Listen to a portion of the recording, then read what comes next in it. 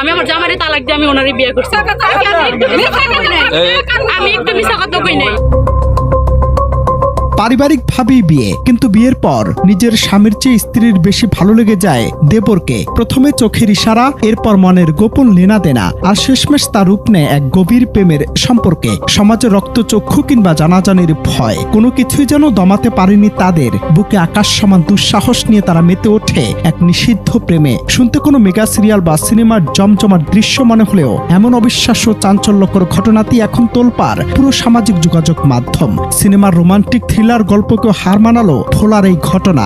অন্যায় করছি, শাসন করবো, ঠিক আছে, এর লাগে এরকম রাস্তাঘাটে গায়ে হাত দিলে আমার একটা জামা ছিঁড়া লাগছে, এই জামাটা খুললাম, এই জামাটা গায়ে দিছি। প্রেমে অন্ধ এই যুগল যে কোনো মূল্যে এক হতে মরিয়া ছিল। পরিস্থিতি বুঝে অত্যন্ত সুকৌশলে প্রথমে নিজের স্বামীকে তালাক দেন ওই গৃহবধূ। এরপর সংসারের সব মায়া ত্যাগ করে গত 6 জুন দেবর নয়নের হাত ধরে অজানা উদ্দেশ্যে পাড়ি জমান তিনি। ভোলা সদর উপজেলার আলীনগর ইউনিয়নের 5 নম্বর ওয়ার্ডের বাসিন্দা মোহাম্মদ ইউসুফের স্ত্রীর সঙ্গে তার চাচাতো ভাই অর্থাৎ দেবর নয়নের পলায়নের ঘটনাটি জানাজানি হতে দুই পরিবারের মাথায় যেন আকাশ ভেঙে পড়ে। শুরু হয় চরম উত্তেজনা, আর চারদিকে চলতে থাকে তাদের হন্য হয়ে খোঁজার পালা। আমি আগে জামাইরে কইছি যে আমি আপনারা তালাক দিয়ে ওনারে বিয়ে করছি। আমি তো এমনিতে একটা পোলার লাগে পালে এক জায়গায় থাকতে পারি না নাকি? আমি কি পাগল যে এক জায়গায় একটা পোলারে পালে নিয়ে রাখবো?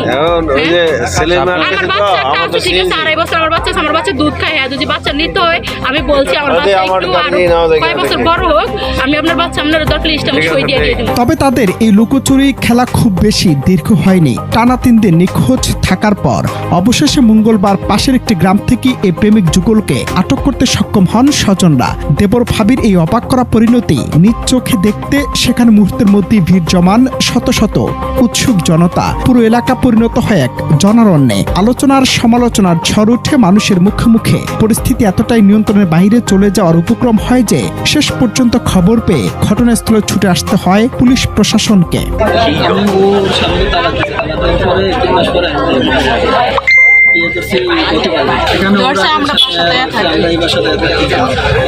বড় ভাইয়ের বউ ছোট ভাইয়ের বউ নিয়ে চলে আইছি।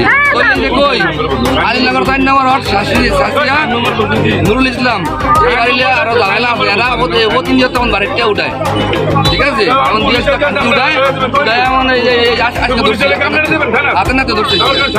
আমার পোলার খালি আমি শুধু চাইছি আমার পোলার যে খরচ গেছে বিয়ে শাদী, এই খরচটা দিয়ে আচ্ছা, এই ছেলে আর আপনার ছেলে কি হয় সম্পর্কে?